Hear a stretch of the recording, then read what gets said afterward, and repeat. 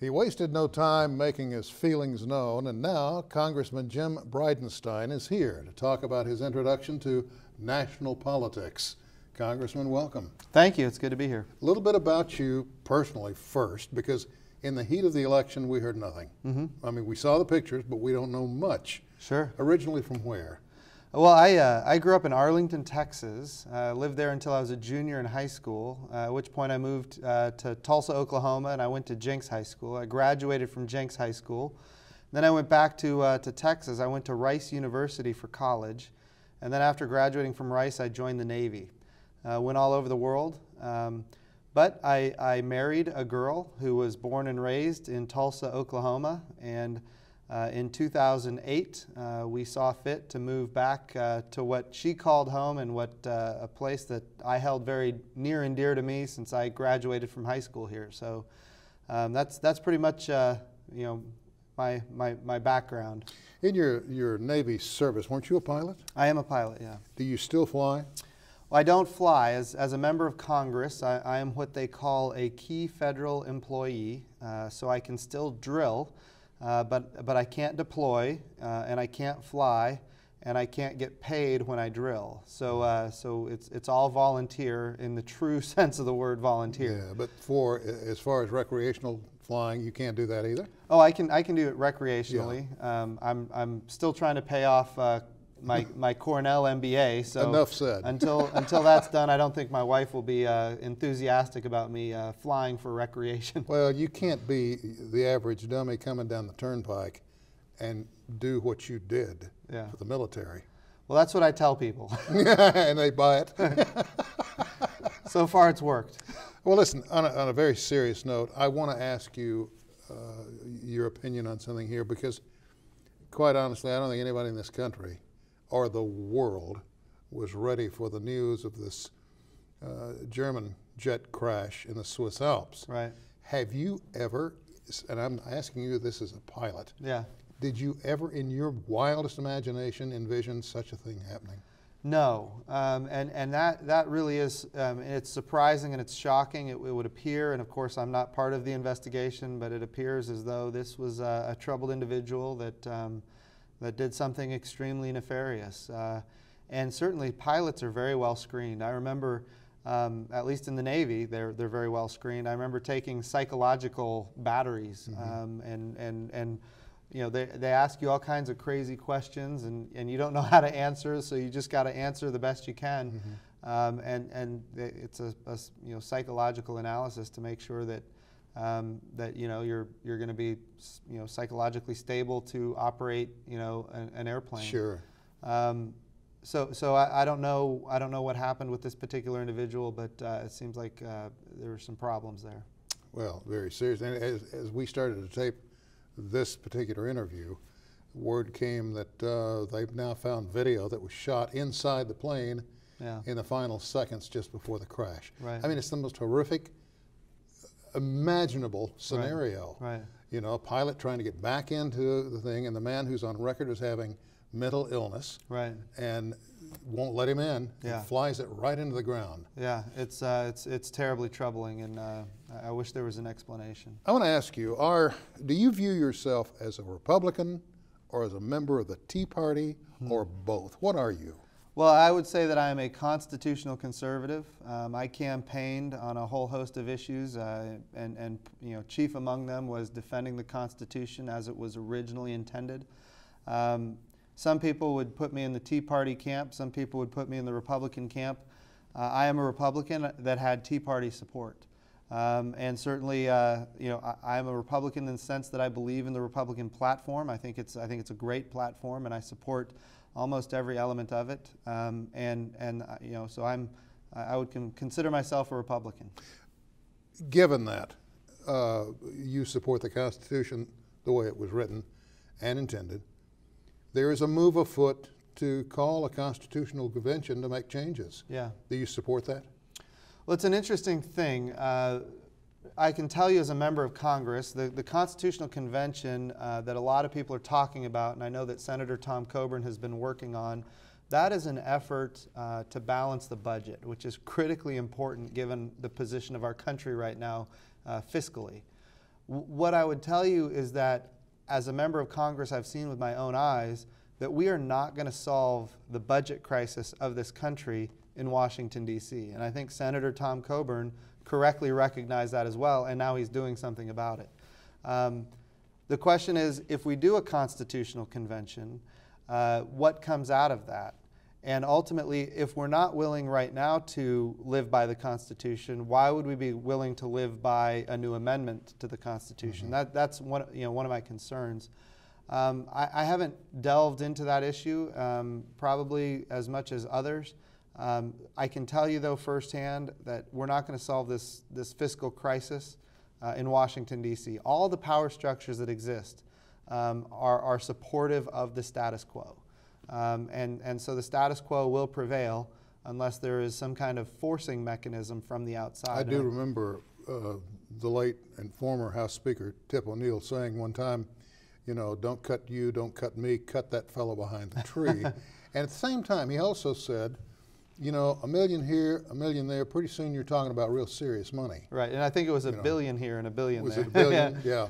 But no, that's true, and the reality is politicians don't like to do the hard work that's necessary. You know, we talk about entitlements, Medicare, Medicaid, Social Security. Called the third rail. The third rail. No members of Congress want to touch it. Neither of the political parties want to touch them. But the reality is they're putting us on a path that is not, you know, it's not sustainable, and it will result in the dissolution of our country. I mean, we cannot continue to spend money in this way unless we're willing to print money faster than ever and devalue the U.S. dollar. So what's the answer? Well, we need to reform entitlements, and we need to not be afraid of that. And that includes Medicare, Medicaid, Social Security.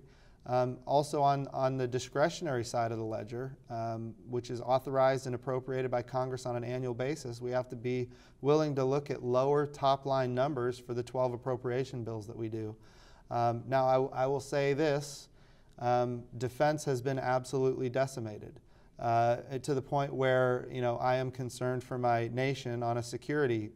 In what way? I'm having trouble wrapping my head around this. What do you mean decimated? Define So that. I'll give you a perfect example. Even before I got to Congress, I was flying an E-2 Hawkeye squadron in Central and South America. Mm-hmm. My squadron alone busted about $2 billion worth of cocaine every year on the high seas. My squadron in March of 2013 was eliminated. That means $2 billion worth of cocaine is now coming into the United States, and $2 billion worth of cash is funding transnational criminal organizations in northern Mexico and Central and South America. That is not stabilizing. And now you've got a lot of these Central and South American countries that are dominated by you know, what we would consider organized crime. That's not stabilizing. And to the extent that there are democratic institutions remaining, they're calling the United States and saying, look, if we're going to keep our democratic institutions, our civil society, we need help with this counter-drug, because right now we're moving towards a kleptocracy where whoever has the most power wins. And that's not good for us. And of course, you know, when Russia calls, and when we say we can't help you with counter-drug, then they call Russia next.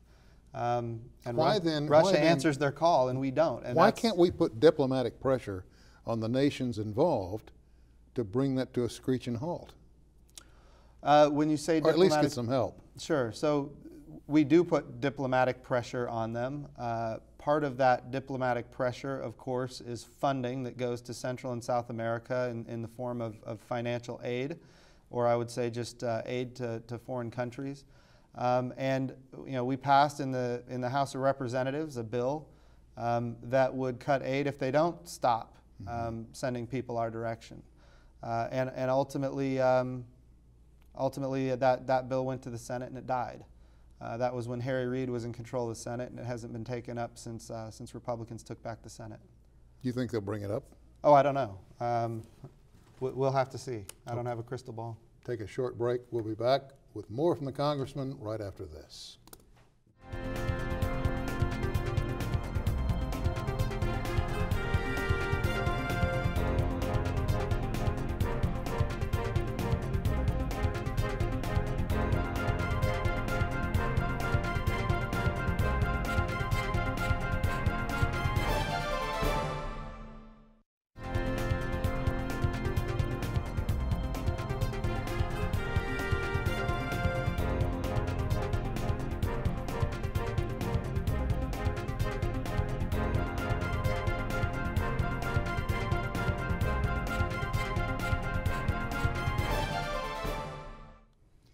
And we're back. Congressman, we only have about 10, 11 minutes.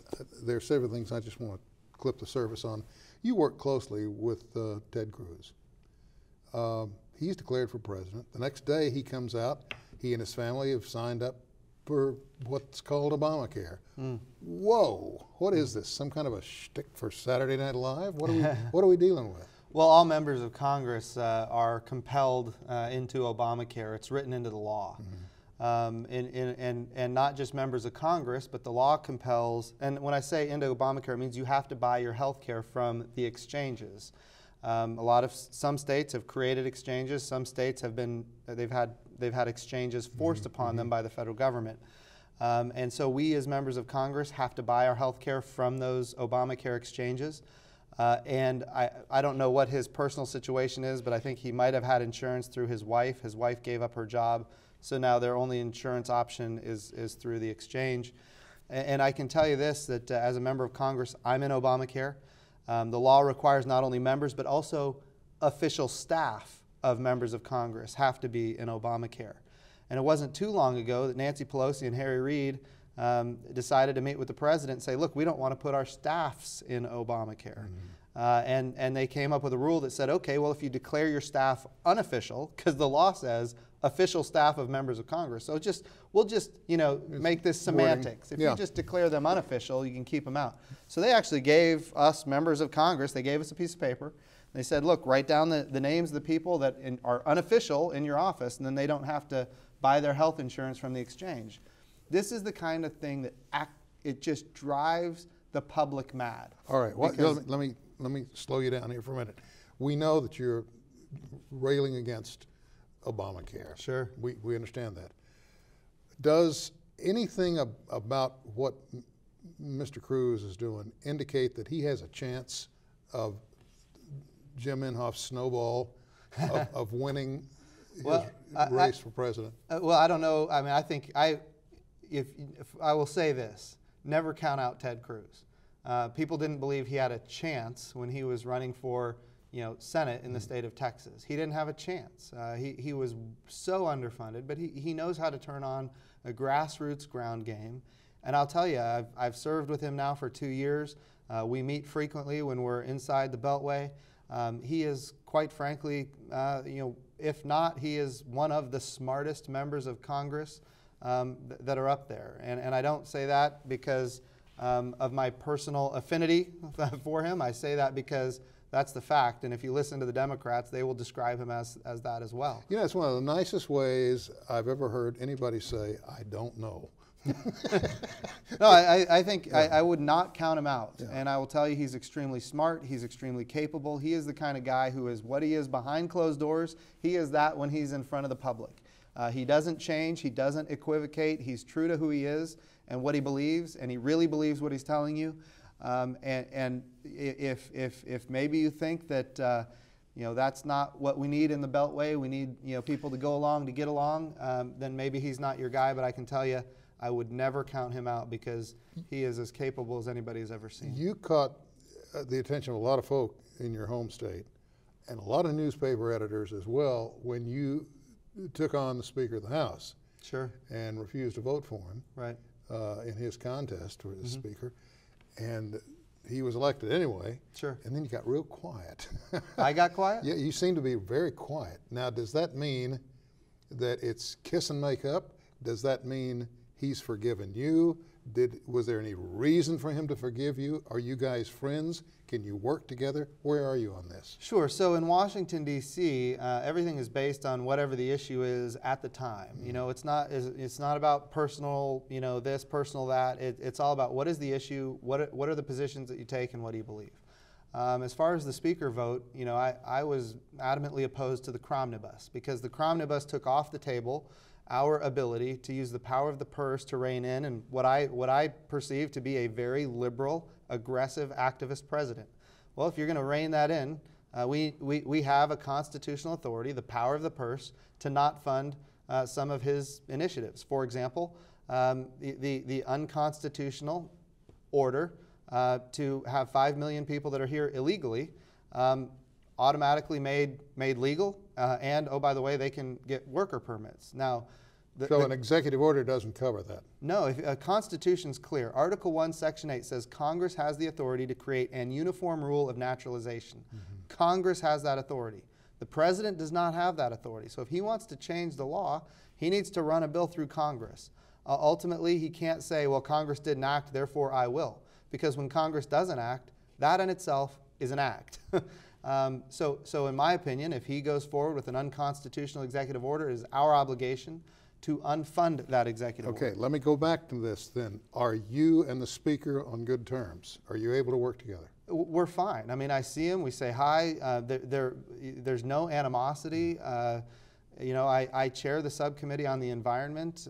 Certainly, you know, there's 435 members of us. We all work with each other at various times on different issues, so I don't see him frequently. I mean, I see him on the floor and things like that. So you don't feel like there's a rub there? I don't, no. All right. While we're on that, since you have the attention of folk who follow the environment, what's your position on global warming? Well, I certainly think it's something that needs to be studied, that we need to look at it. It doesn't appear, I mean, if you look at the last 12 years, for example, some people would say it's as many as 17 years. It doesn't appear that there has been any additional warming in the last 12. Some people say as many as 17 years. Carbon emissions are as high as they've ever been, and yet the warming has not continued. There have been periods in history where, you know, it was much warmer, and yet there were no carbon emissions that were man-made. There's a whole host of things that go into. But at the same time, there is an incredible number of scientists who are coming out saying, yeah, it's real, and we got a problem. Well, there's an incredible number of scientists that also would indicate otherwise. I mean, the truth is it needs to continue to be studied, and there's nothing wrong with that. I'd be curious to know at what point do we decide we figured it out? Where? Because we got half this state living in drought. The aquifer that runs under the state is halfway depleted, which is going to have a major adverse economic effect by the time farmers realize they can't water their crops. And if you follow this, the logic takes you to another Dust Bowl era, not only for Oklahoma, but Kansas, Nebraska, the entire region. So when you think about the Dust Bowl, what was the man-made carbon emissions that occurred during the Dust Bowl? Well, that speaks back directly to improper farming techniques. Okay. What I'm getting at here is this something that we caused, or should we change anything now? Who's right?